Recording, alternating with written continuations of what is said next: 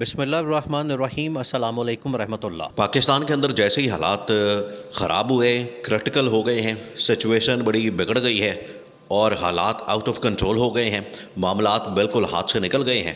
شہباز شریف نے لندن بھاگنا ہی مناسب سمجھا اور شہباز شریف اب لندن بھاگ گیا، پاکستان ملک چھوڑ کے چلا گیا اور شہباز شریف نے جا کے وہاں پر ملاقات کرنی ہے نواز شریف کے ساتھ۔ دیکھیں اب آپ نے اس معاملے کو سمجھنا ہے، جو شہباز شریف یہاں سے بھاگا ہے، شہباز شریف یہاں سے نکلا ہے پاکستان سے، اس کے پیچھے وجہ کیا ہے، اس کے پیچھے اس کی بیک گراؤنڈ کیا ہے اور پاکستان کے اندر آج حالات کیا بن چکے ہیں۔ دو تین اوپر نیچے ملاقاتیں ہوئی ہیں پاکستان میں، بڑی اہم ترین ملاقاتیں، ٹاپ لیول کی ملاقاتیں ہوئی ہیں۔ اس کے بعد شہباز شریف یہاں سے نکلا ہے اور لندن میں پہنچا ہے اور نواز شریف سے حتمی مشاورت کرنے کے لیے نواز شریف کے پاس پہنچا ہے اور وہاں سے جب واپس آنا ہے تو اس کے بعد سارے معاملات بدل چکے ہونے ہیں، تمام کے تمام معاملات بدل جانے ہیں۔ یہ اب آپ نے ذہن میں رکھنا ہے۔ پہلے آپ یہ معاملہ سمجھیں کہ شہباز شریف کو لندن کیوں بھاگنا پڑا، لندن کیوں جانا پڑا اور لندن جانے میں آخر وجہ کیا ہے۔ دو تین بڑی ملاقاتیں ہوئی ہیں۔ ایک تو ملاقات ہوئی تھی army chief general Asim Munir اور D G I S I کی شہباز شریف کے ساتھ وزیر اعظم ہاؤس کے اندر۔ اس کے اندر بڑا اہم ترین پیغام پہنچایا گیا، بڑی اہم ترین بات کی گئی اور بڑا اہم ترین میسج دے دیا گیا، کنوے کر دیا گیا اور وارننگ، ڈیڈ لائن، الٹیمیٹم یہ پہنچا دیا گیا۔ یہ شہباز شریف کو بتا دیا گیا کہ اب آپ کے پاس زیادہ ٹائم نہیں ہے، اب آپ کے پاس زیادہ وقت نہیں ہے اور اب آپ نے تمام کے تمام معاملات کو حل کرنا ہے، کیونکہ جو حالات ہیں وہ اتنے زیادہ خطرناک ہو گئے ہیں کہ اگر کوئی ایک ثانیہ یا حادثہ ہوتا ہے تو اس کی وجہ سے پورا کا پورا ملک اس کی لپیٹ میں آ جائے گا اور بہت بڑا نقصان ہو جانا ہے۔ دوسرا یہ کہ سپریم کورٹ سے جو فیصلہ ہے وہ آ گیا ہے اور اس کے بعد اب معاملات بالکل بدل گئے ہیں۔ سپریم کورٹ سے جو فیصلہ ہے 14 مئی کا، وہ اپنی جگہ برقرار ہے اور اس سے آگے نہیں جا سکتے۔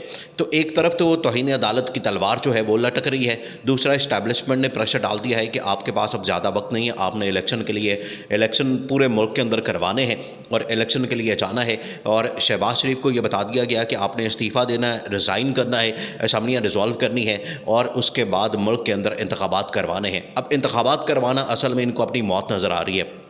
شہباز شریف کیوں بھاگا ہے لندن؟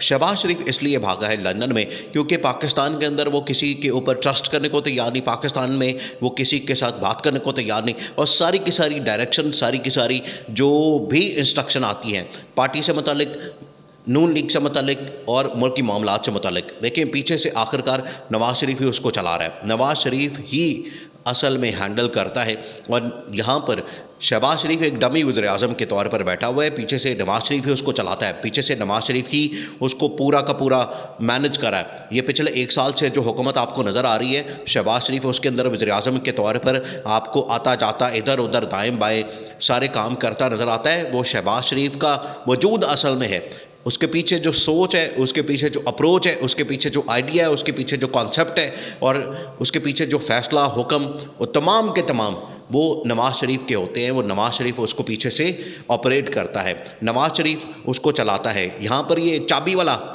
والا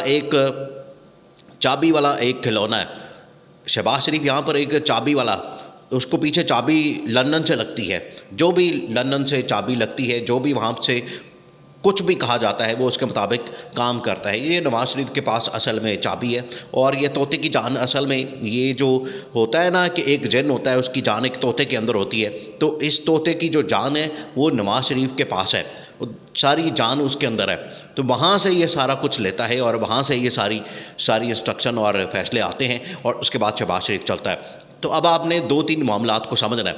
ایک تو یہ کہ جو اوپر نیچے ملاقاتیں ہوئی تھیں اس میں بتا دیا گیا شہباز شریف کو کہ آپ کے پاس اب زیادہ وقت نہیں، حکومت آپ نے جتنی کرنی تھی کر لی، اب جو آپ نے فیصلہ کرنا ہے وہ جلدی کریں، معاملات ہاتھ سے نکل گئے ہیں، کنٹرول اب بڑا مشکل ہو گیا ہے اور اگر ہم نے اسی طرح سے ایک دو مہینے اور چلا لیے، ملک کو ہم نے اسی طرح سے چلنے دیا، ملک کو ہم نے اسی طرح سے جانے دیا، تو ملک کی نہ صرف تباہی ہو جانی ہے، بربادی ہو جانی ہے، بلکہ ملک کی جو معیشت ہے وہ اتنا زیادہ نقصان ہو جانا ہے، اتنا زیادہ نقصان ہو جانا ہے کہ اگلے 25 سال 50 سال 100 سال وہ بھی کم پڑ جانے ہیں کہ پاکستان کو ریکور کرتے کرتے، پاکستان کو ریوائیو کرتے کرتے، پاکستان کی معیشت کو بحال کرتے. کیونکہ عمران خان دیکھیں، عمران خان نے پچھلے جو 2.5-3 سال حکومت کی ہے، 3-3.5 سال، عمران خان نے پاکستان کو بہت بڑے کرائسس سے نکالا. عمران خان نے ایک ایک کر کے پاکستان کے جو معاملات ہیں ان کو بہتر کیا. جتنے انڈیکیٹرز آپ اٹھا کے دیکھ لیں اکانومی کے، جتنے انڈیکیٹرز آپ اٹھا کے دیکھیں، تمام کے تمام پازیٹیو ہو گئے. یہ نیگیٹو میں چھوڑ کے گئے تھے جب یہ نواز شریف اور شہباز شریف اور نون لیگ کی حکومت گئی تھی. اس وقت شاہد خاقان وزیر اعظم بنا تھا نواز شریف کے بعد. نون لیگ کی جب حکومت چلی گئی تھی 2018 کے اندر، جب عمران خان نے حکومت سنبھالی تو اس وقت ملک کا بہت برا حال تھا. ملک کے اندر تباہی اور بربادی تھی، اکانومی بالکل بیٹھ گئی تھی، ملک بالکل ڈیفالٹ پہ پہنچا ہوا تھا، جیسے اب انہوں نے پہنچا دیا. اب تو انہوں نے خیر اور بدتر حالت کر دی ہے. اس وقت بھی پاکستان ڈیفالٹ پہ پہنچا ہوا تھا. عمران خان نے نہ صرف ڈیفالٹ سے بچایا پاکستان کو، پاکستان کے تمام اکنامک انڈیکیٹرز ان کو پازیٹیو کیا. پاکستان کے اندر گروتھ ریٹ، پاکستان کے اندر انڈسٹریل ریولوشن، پاکستان کے اندر ریمیٹنسز ریکارڈ، پاکستان کے اندر تمام ٹریڈ ایگریمنٹس، انویسٹمنٹ، تمام کی تمام چیزیں پاکستان کے اندر بڑی پازیٹیو ہو گئی.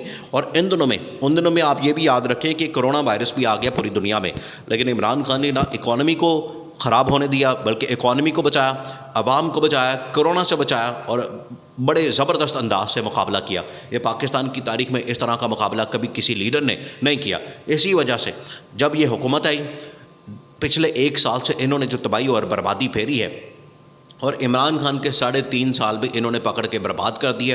جو سارا ریوائیول ہوا تھا، جو ساری اکانومی بہتر کی تھی عمران خان نے، پاکستان کے حالات اور معاملات بہتر کیے تھے، انہوں نے آ کے بیڑا غرق کر دیا. اب حالت یہ ہے کہ پاکستان ڈیفالٹ کے اوپر کھڑا ہے، اور اگر IMF اور باقی دوست ممالک اگر پیسہ وغیرہ نہیں دیتے، ان کو ڈالر وغیرہ نہیں دیتے، تو سمجھے پاکستان تو پھر گیا، پاکستان تو بالکل زیرو انہوں نے کر دیا ہے. اب اس وجہ سے شہباز شریف کو بتا دیا گیا کہ تمہارے پاس آپشن ختم ہو گئے. اسٹیبلشمنٹ نے اب ڈنڈا دے دیا، اسٹیبلشمنٹ اب نکو نک بھر گئی ہے. ان کو پتہ چل گیا ہے کہ بھائی یہ تو اس کی وجہ سے جو تباہی اور بربادی پھیری ہے یہ ہم زیادہ دیر افورڈ نہیں کر سکتے.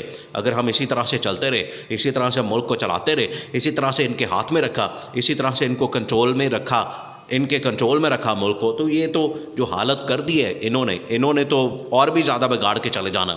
بعد میں ہمارے سب کچھ کھاتے پڑ جانا ہے. ہم نے ملک چلانا ہے، ہم نے فوج چلانی ہے، ہم نے ڈیفنس بجٹ چلانا ہے، تمام کی تمام چیزیں چلانی ہے، اکانومی چلانی ہے، آگے حکومت آنی ہے. حکومت کے پاس اگر کچھ بھی نہیں ہوگا چلانے کے لیے تو وہ کیا کرے گی؟ اس وجہ سے یہ بتا دیا گیا اسٹیبلشمنٹ اب بالکل نکو نک ہو گئی ہے. اس نے آخری پیغام، آخری الٹیمیٹم، آخری ڈیڈ لائن دے دی ہے شہباز شریف کو. اسی لیے شہباز شریف بھاگا تاکہ نواز شریف سے مشورہ کر کے ریزائن کرے، اسمبلیاں ڈسالو کرے، الیکشن کال کرے، اور اس کے بعد عمران خان کی 2/3 میجورٹی سے حکومت پکی.